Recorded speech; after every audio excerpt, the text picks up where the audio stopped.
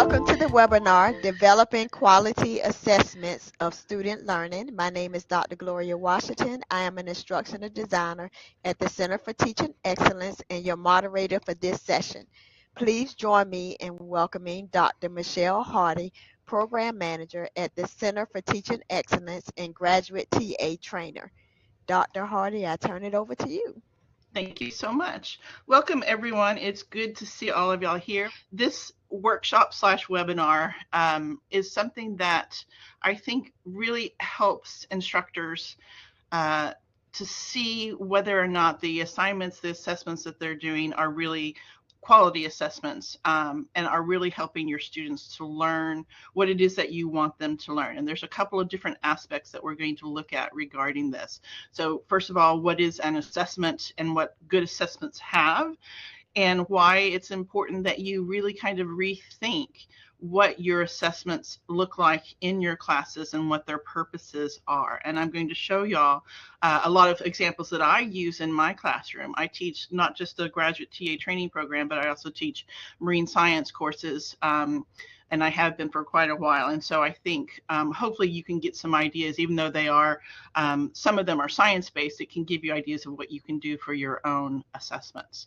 So when we talk about assessments, for some of you, it may make you think of like program level, department level assessments, but in the case of this context, it has to do with the assignments that you're doing in the class itself. So that may be exams, it may be papers, it may be case studies, all sorts of different things are considered an assessment. And these can be high stakes, these can be low stakes. It really, whether or not what level they are, really depends on what it is you're wanting the students to be able to do with that knowledge, and what quality it is that you want the students to show. There's a lot of various considerations which we'll go through. And this allows you to provide judgments about the quality of the student learning. And for students, that means grades, but for you, that is how much learning has happened and how much progress has actually occurred with your students and improvement over time.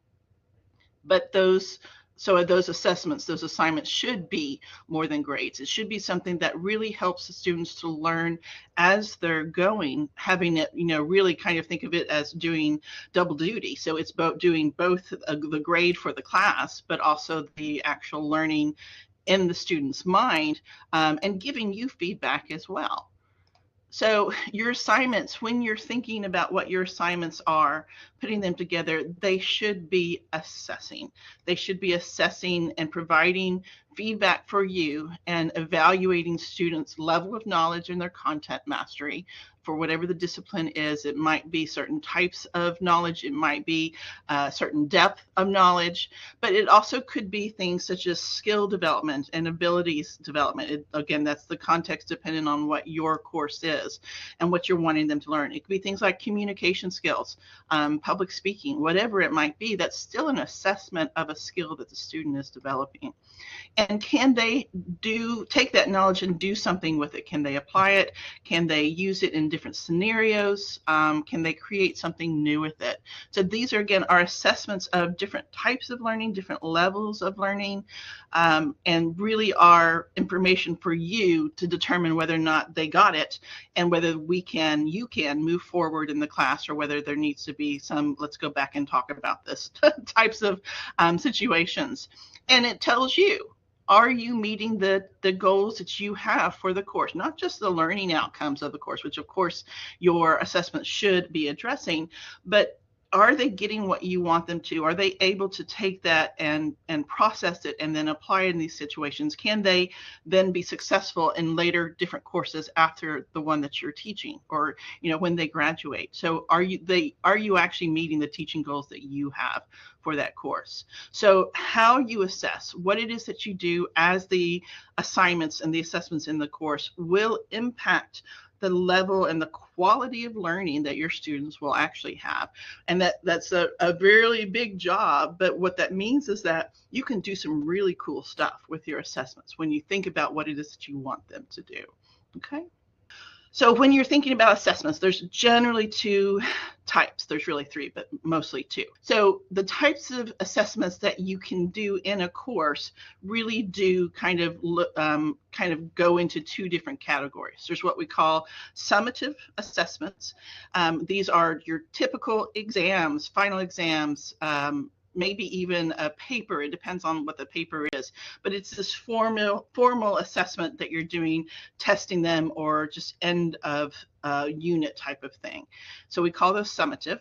There's also what we call formative assessments, and formative are informal, meaning they're during the course, they're during the class, they're making sure that students are learning as they go.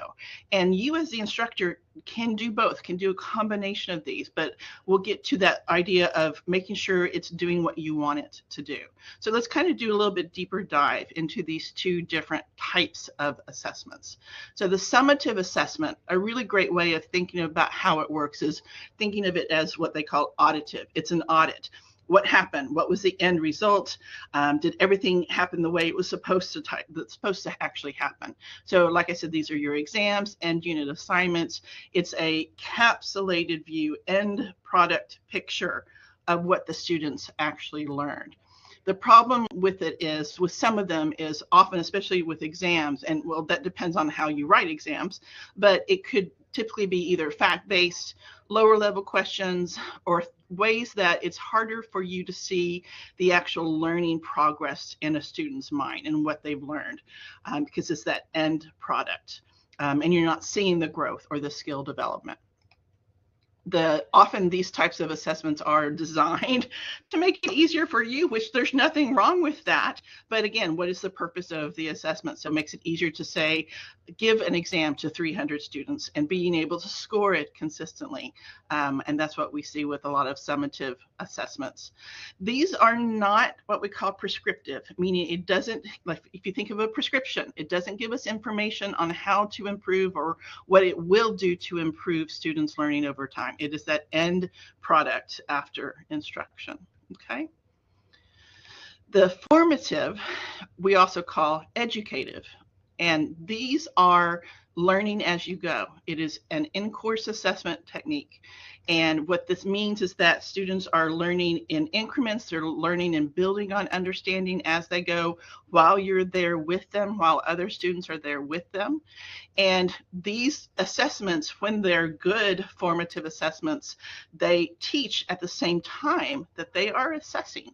And that's what you want them to do. You want them to be able to learn as they're going. So by the time that they finish the class or finish that unit, they've really gotten what you wanted them to learn, whatever it's skills or knowledge or whatever. So these educative assessments, these formative assessments, should be and often are what we call authentic. So they are very representative of what students will actually see in the discipline, out in the job market, real life situations or scenarios, because that's how things really work. And that's how, when you see something in a real life scenario or setting, you really have to apply what you learned. It's not just regurgitation. And they're diagnostic. So formative educative assessments tells you as they're doing it and learning it, did they get it or not? Did they get the quality of the learning that you wanted, the depth that you wanted?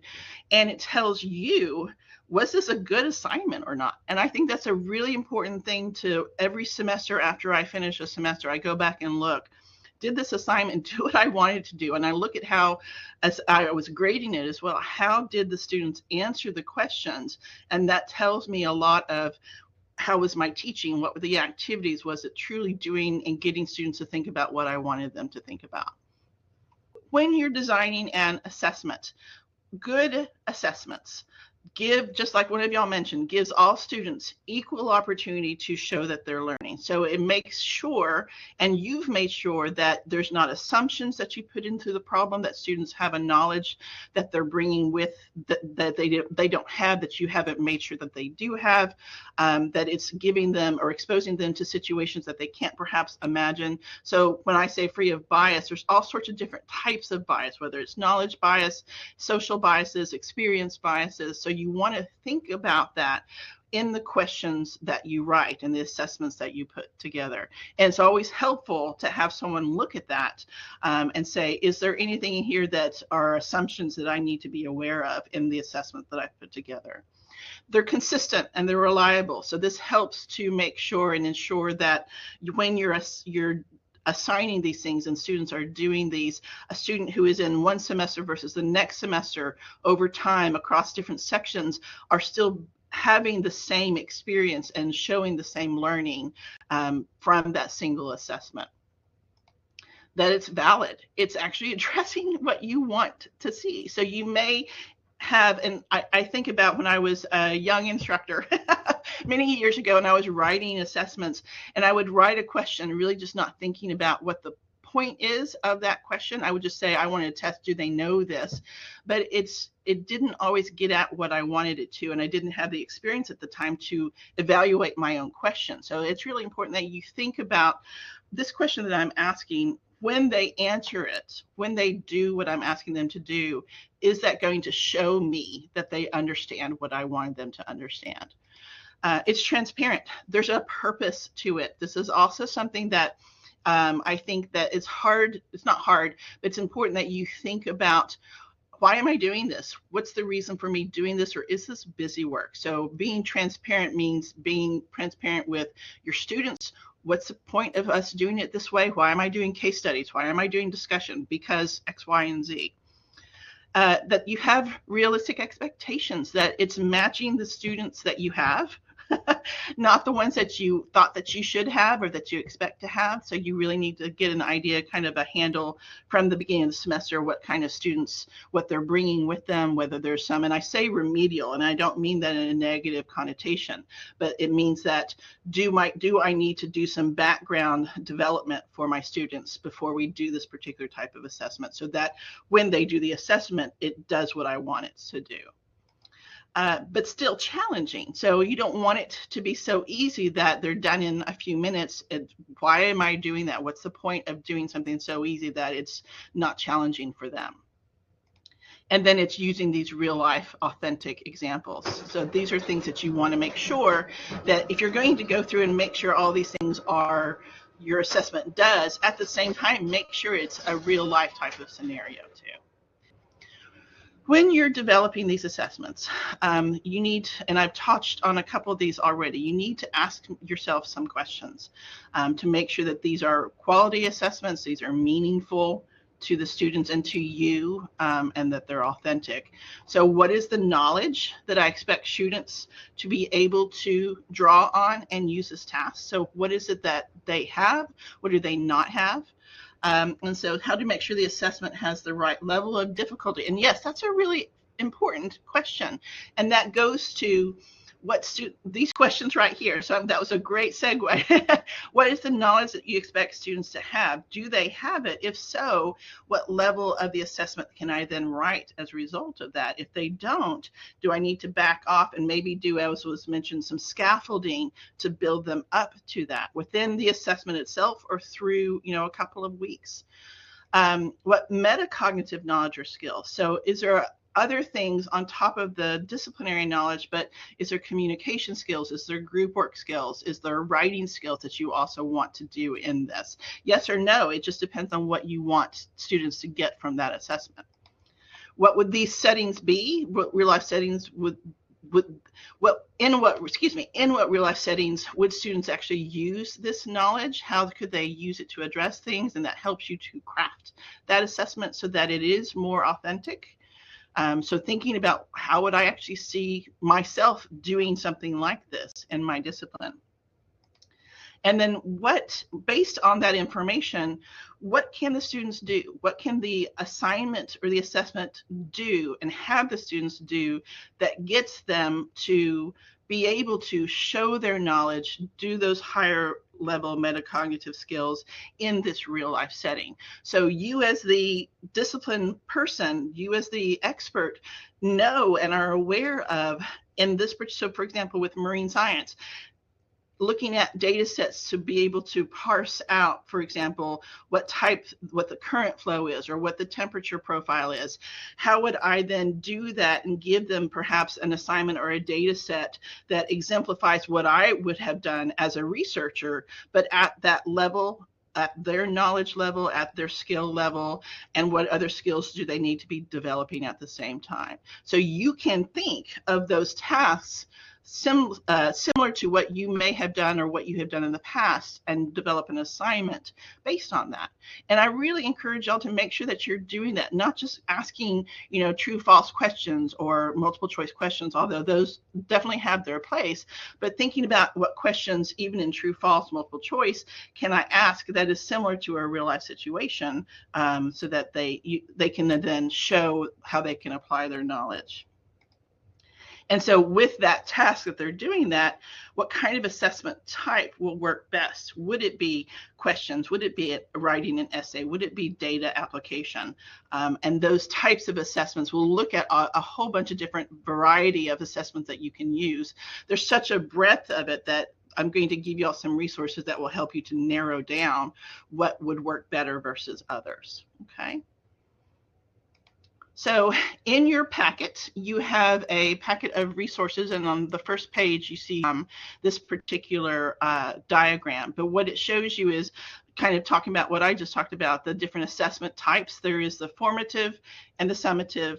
And at the same time, you can also do diagnostic, which tells you can do diagnostic with formative, or you can do diagnostic pre-assessment, post-assessment, to see what knowledge they do or don't have.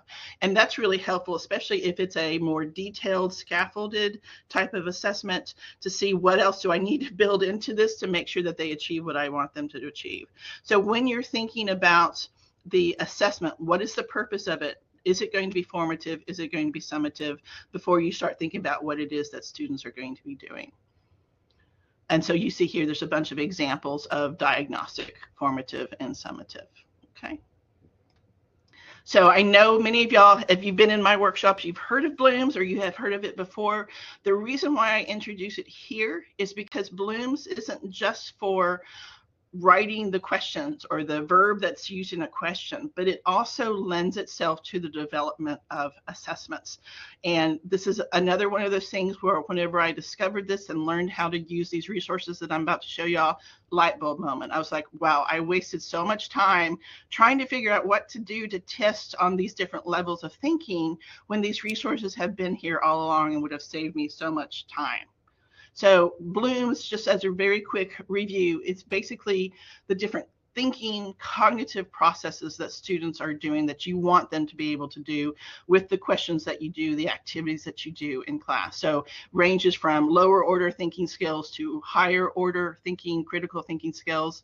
And this, what Bloom's does is it's a taxonomy, meaning you've got these different levels that get at different levels of thinking.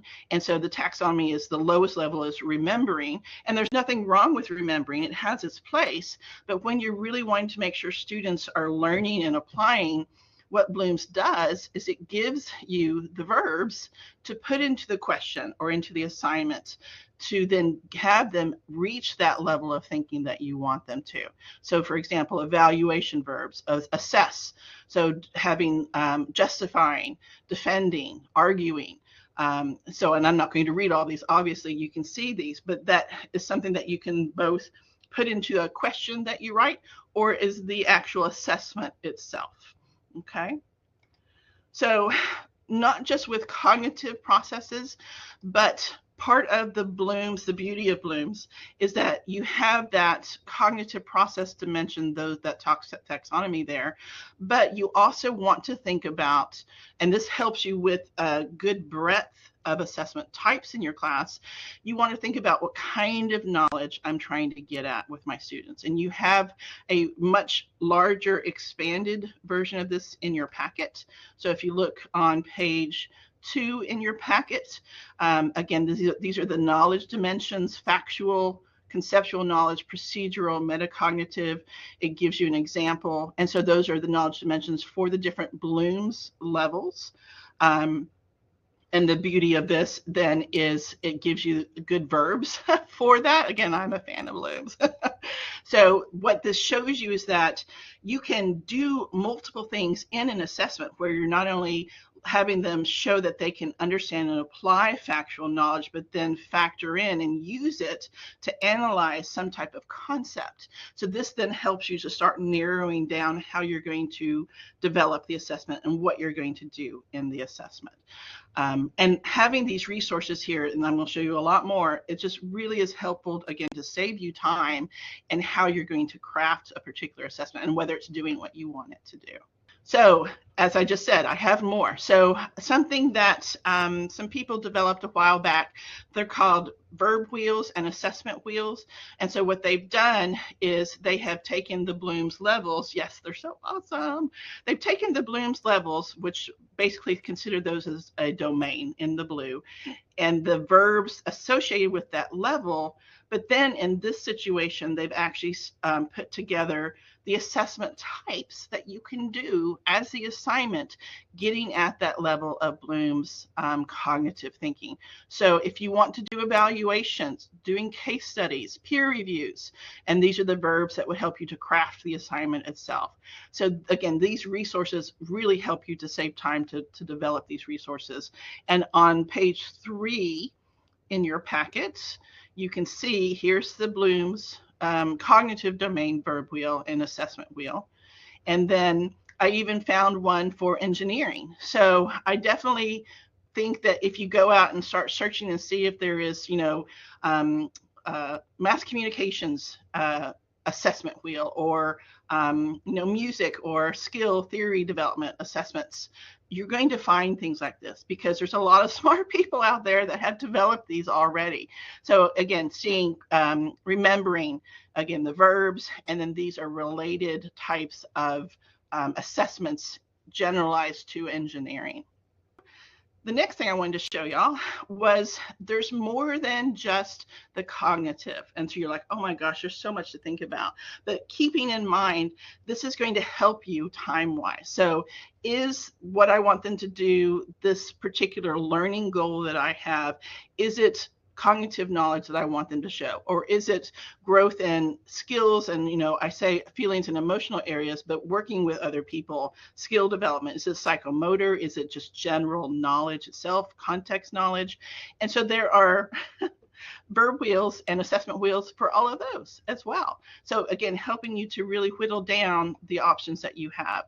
And there's a guy that has developed this. His website has all of these, but I've given you these different circles in the packet that I sent you.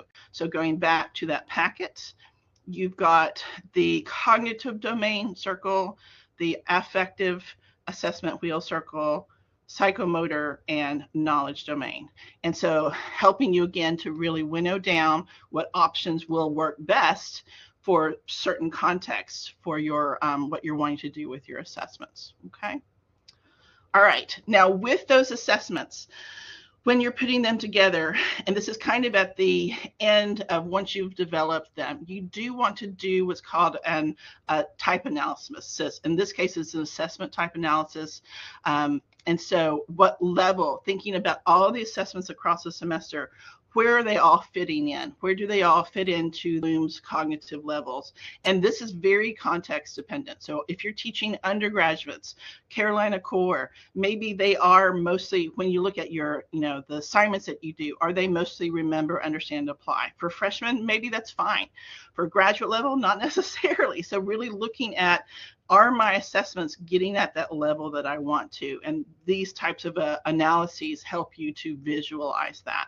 So I highly recommend doing those once you developed your course, or whenever you inherit a course, that you think about that. So for learning outcomes of the course, typically when you're assigned a course, typically that course, because it's already quote unquote on the books, already has a learning outcomes for it.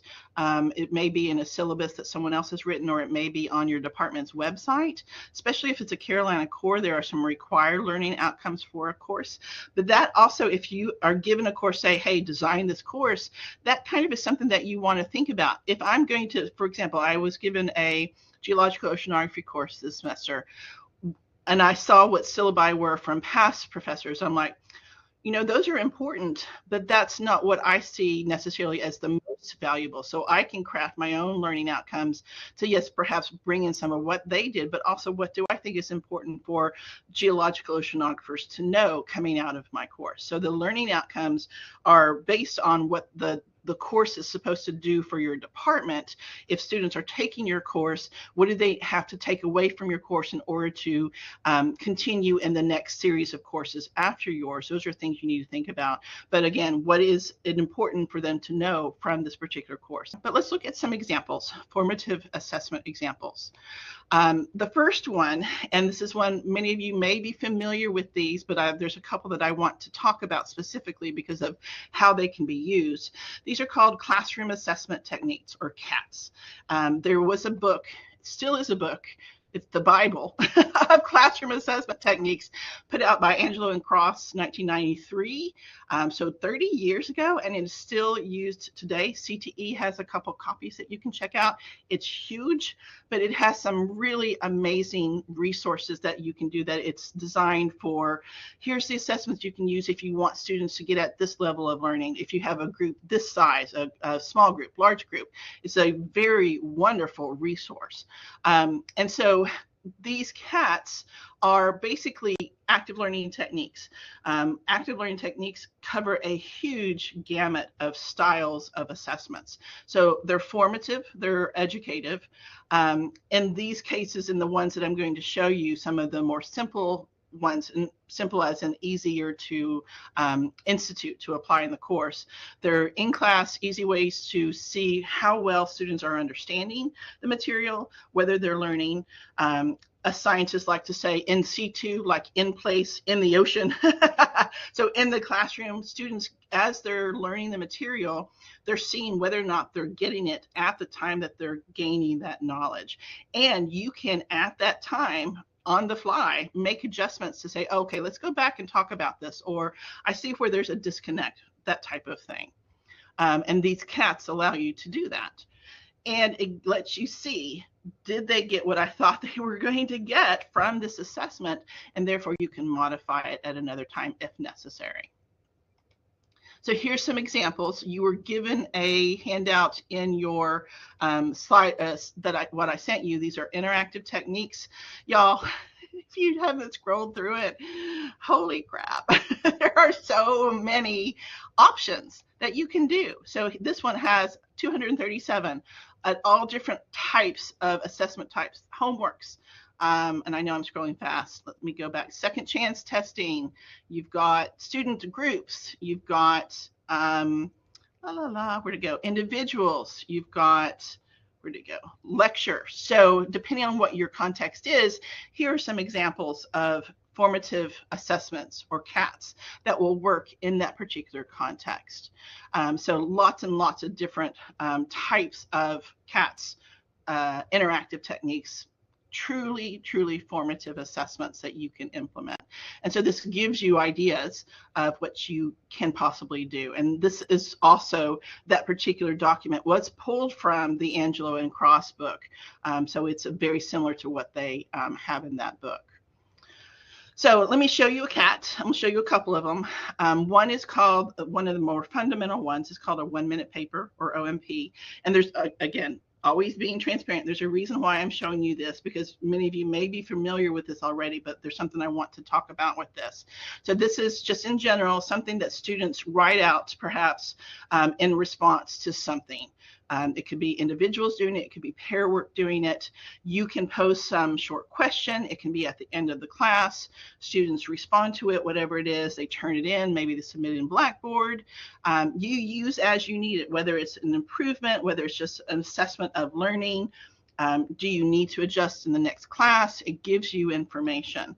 But the point of these assessments, and this particularly this 1-minute paper type, gives you the feedback. our students' understanding, it also makes them think about it. So it is a formative assessment saying, all right, we talked about this, I showed you this information, show me that you understood what we just talked about. So it is a formative in-class assessment. You can use it for all sorts of different things. You can use it as a participation or attendance, something called an exit ticket, where students pose questions of what they still didn't understand, or make connections between that and a previous class to let you see how well they've processed the information. So I mentioned this particular CAT because there's a lot of different ways you can do it. Minute paper, 1 minute paper is the fundamental one. There's also what's called chat waterfalls, which you can do online, where you can have everybody put their thoughts, like I just did, in the chat, and then basically it's a waterfall to me on this end as I see all these responses coming through. There's also something called quick writes, where you ask them a question, you have them write out an answer thinking about it. They can share it in class. They can work with a partner, perhaps combine their ideas. What I learned from, I'm going to show you some examples of these important ideas that I got from the reading. These are all, again, formative assessments that you can do to see their learning and to get them to think about what they were just learning or reading or applying. So you may have heard of concept tests. So this is a real-time critical thinking question. There's all sorts of different formats that you can do this, but you're wanting to see, can students take what they learned and apply it, interpret it, analyze it? Does it help address misconceptions? All sorts of really cool stuff. So the basic way that this has been done has been just to check in with students, making sure they understand. That may or may not be graded. So addressing one of y'all's questions, it may be used, which I do, for just participation and making sure students are paying attention, but also checking for attendance without having to, call roll and that type of thing. Or it's great for reviews. So in some cases, you can do like a question you have a slide presentation, so you have a question presented on a slide. Students can call out the answers. They can work together in pairs. Maybe, quote unquote pop quiz, although when I do those types of things, I don't necessarily expect them. I mean, the way that I do it is I have non-majors, and so I'm like, I just want to make sure you're learning this as you go. I'm not going to grade you on this, but I want to see that you've learned it. So it gives me that information. It may be, if you have a large class, you use iClickers or the response apps, whatever's on the apps on their phone. I do with my smaller class of about 20, I have index cards where they write their responses down. In the original CAT of these concept tests, typically when you were doing it in class, if between the middling point of the student percentage that got it correct, you then had them turn to a partner or a group and talk about it. If less than 35% didn't get it correct, or did get it correct, something was wrong with the question, or they didn't have the concept clear. If it was, and maybe it was too difficult. If more than 70% got it correct, that was maybe too easy of a question. So again, really thinking about what was the purpose of asking that particular question. So this is the fundamental original class concept test that has been around for a long time. And then you can then say, let's go back, let's come back together, talk about what y'all learned, what you discovered, what some issues were. If you do a search for, let's say, humanities or linguistics concept tests, I bet you something will pop up. This was a link that I just wanted to show you. This is a geology link for introductory geology concept tests, and there's so many of them out there. So someone has probably already done the work for you in how to develop these. So let me show you some examples. Here is what I call a lower order concept test. So I put the slide up. We're learning about tides, and I just step through. All right, I ask the class, what tides give us eclipses? They answer. And so I go through each of these. I ask them the questions, I have them respond, or I can have them write it down on their index card, whatever it is I want to do. So that's a lower order. Here's a higher order. So we're talking about tides and how all these different variations of moon position and earth position and tilt and coastlines and all of that affect and latitude affect what the tidal height and cycle looks like across the globe. And so I'm like, here is this particular title cycle that you see at this at a particular location, which of these locations would give you that title cycle. So not only how titles work, but applying it to a actual title, quote unquote, actual title cycle. So this is a little bit of a higher order concept test. I do this right after I talk about how these titles work. I had them figure it out in pairs, write their answer down. Typically they get this wrong. And so we talk about it and we have a really good discussion, and it really helps to clarify what causes the title heights and lows to look the way they do. So that's a concept test. So another type of concept test is I do this where I've talked about, the beginning of the semester, how the earth forms, surface forms, oceans, atmosphere. And so I then say, all right, let's make sure that you understood the steps, what has to happen before the others. However, let's make it a little bit more difficult. And you can't write out a sentence of what happened, but you can only use one word. So accretion, cooling, condensation, outgassing. And so they're struggling, but they're really processing it as they're learning it. So this is a really good assessment to make sure they understood not just what the steps were, but what was happening at that time. Okay. So you can also do higher level thinking skills with multiple choice as well, as concept tests or even on a summative assessment.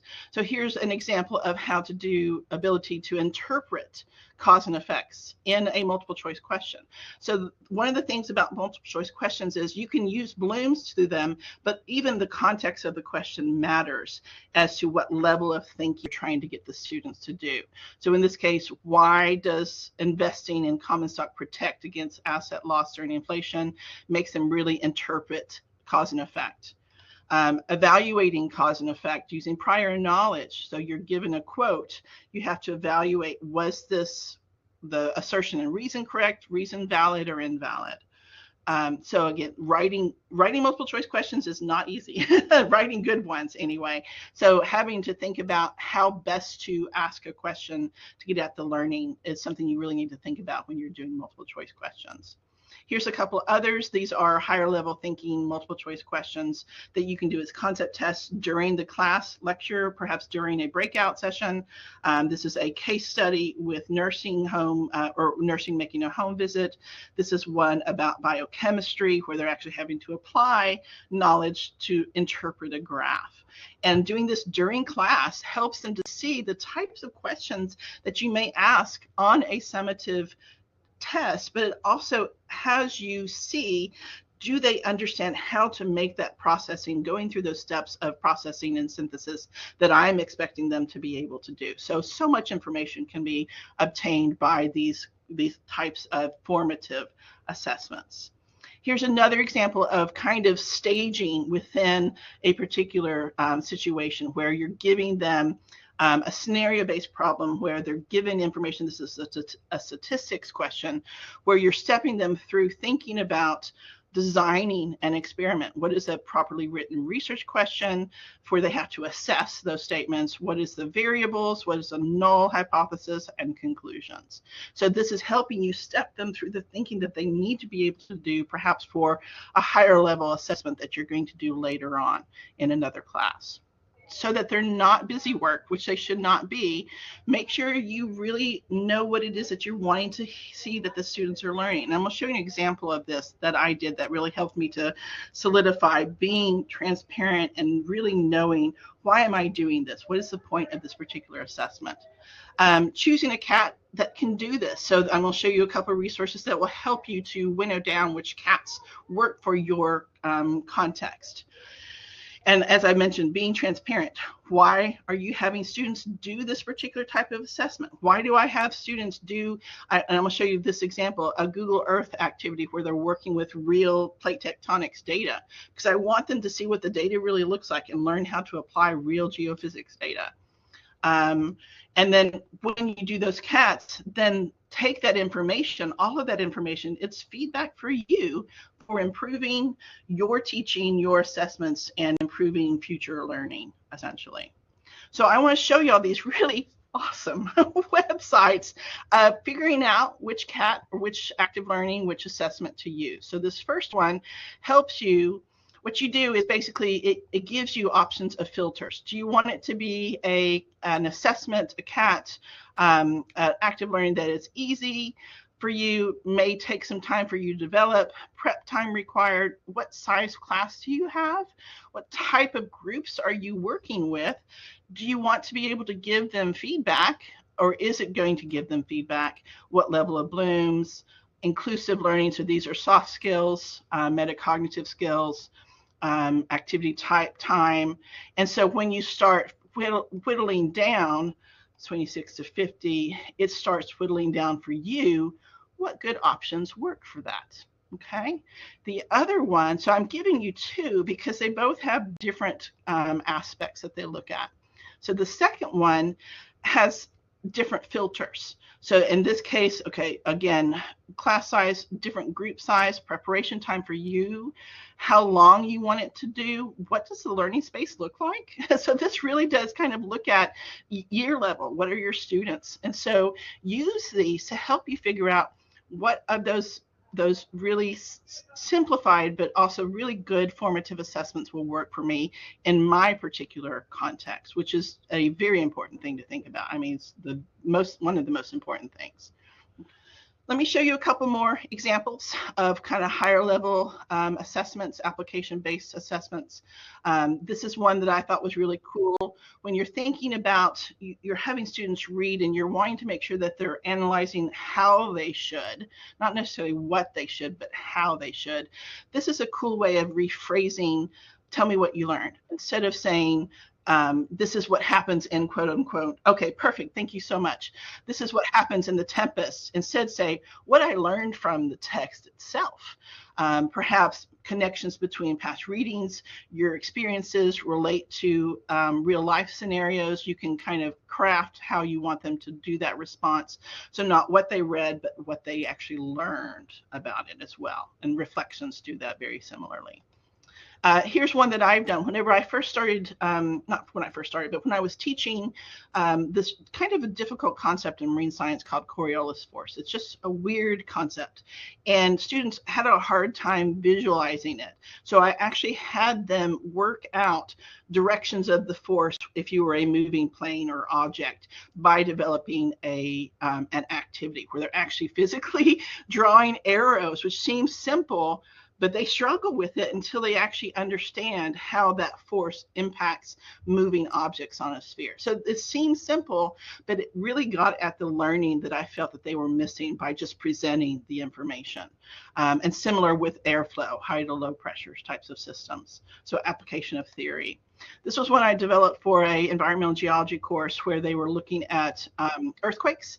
And so I used a real life situation. This was the Christchurch 2011 earthquake, where they actually had to watch videos to see the earthquake as it was happening and what hazards were going on, and then interpret from that, just like a scientist would do, how would you rate it on the intensity scale, the Mercalli intensity scale. So you're doing the learning, you're getting them to do the learning you want them to, using real life scenarios and having to kind of really work through it with their head. And I've let them work in groups, in pairs, in class doing this, and that worked out really well.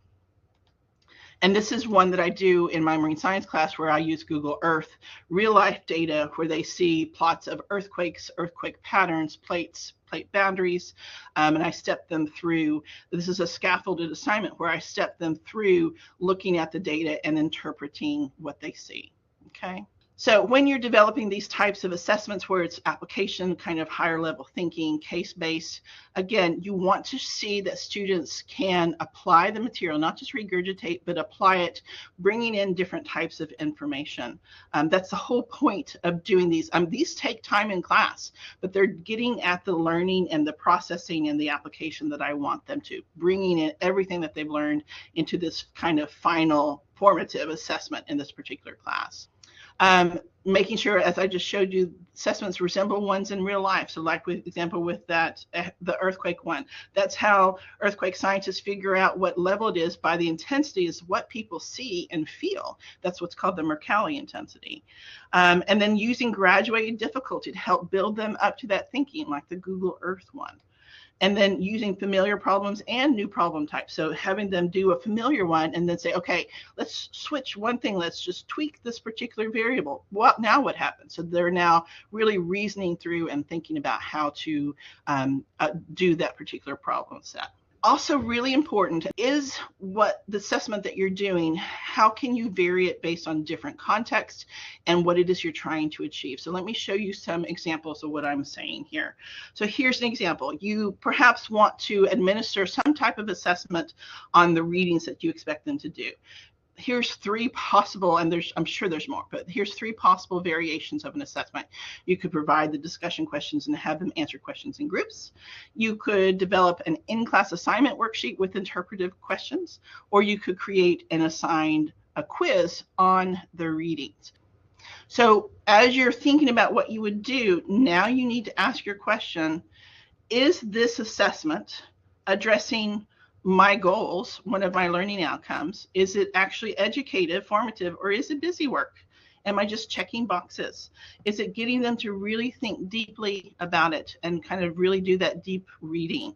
Or are you just using it and there's nothing wrong with this? Are you just doing it for checking in, the making sure? But that's where you design the assessment based on answering those questions. If you want it to do deeper thinking and processing, you're going to write it differently than if it is just for checking on learning and attendance purposes. So really thinking about what is the purpose of my assessment. Another example is you want to do in-class check of understanding as you're going through a lecture. Would you do a follow along worksheet that they turn in? Would you do like an exit ticket of answering questions? Would you do like embedded quiz questions like I just showed you as the concept tests? For this, does it achieve a learning outcome? Again, is it educative or is it just for check-in? What's the point of it? What's the purpose of it? Is it, if it's for actual showing cognitive processing, are the questions doing what you want it to do? Are they good questions? Is it actually something that is worth spending the time on, or is it just busy work? So again, really rethinking and assessing internally yourself, what is the function of this particular assessment? Is it doing what I want it to do? And the third one that I wanted to show you, say you assign a class discussion, what type of assessment? Would you do it in an online platform? Would you do a Blackboard discussion? Would you use a Blackboard to collaborate Zoom with breakout rooms? Would you do it in person? So lots of different variations here. In this context, are you grading these? If you are, what are you looking at? What is the different levels of thinking and skills that you're trying to assess? Is it just Q&A? Is it for participation? How comfortable are you with the technology? One would be chosen versus the other based on that. So again, lots of things to think about when you're thinking about what was worthwhile for the assessments that I'm doing. So if you are using tech, and so kind of along with that, if you're using technology for your assessments, always keep in mind tech is a venue, is a vehicle to provide the assessments. Tech is the tool, not the assessment itself. So that is really important that you keep in mind. I am not doing a Padlet assessment to see that they know how to do Padlet. It is the tool, it is the vehicle that gets me to craft the assessment the way that I want them to respond to it. And so this pedagogy wheel is a really cool resource that has you look at the apps that you can use that can help you do the assessments that you want to do. So I'm scrolling down here. Let's see, there's the pedagogy wheel. I gave you all the link to that, which is really helpful. So when you're developing assessments using online resources, these links here have a lot of really cool, like 75 digital tools that you can use that support the assessments. But again, keeping in mind, it is a tool, it is not the actual assessment. And there is even I found this was something that I came across during actually COVID pandemic time, but it's something that is really helpful. Again, people have these resources. So here is a template for using kind of concept test questions online if you're in Google Docs. So showing you things that you can do. That's a neat little template. So thinking about other people may have those templates as well. So ask around, see what else people are doing to do that type of assessment in the class that you're teaching. It may not be the same class they're teaching, but they have a similar version of that assessment that you can actually do. So we talked about a lot. We talked about what assessments should be doing, what the purpose of them is, things you need to be thinking about when you're designing them, how you craft them using blooms and using those domains and those assessment wheels, and then showing you varying examples as well as how things that you need to think about when you are trying to develop good assessments, whether or not how you can vary them. So I hope, and we're just at the end of our time, so I am happy to answer any questions that you might have.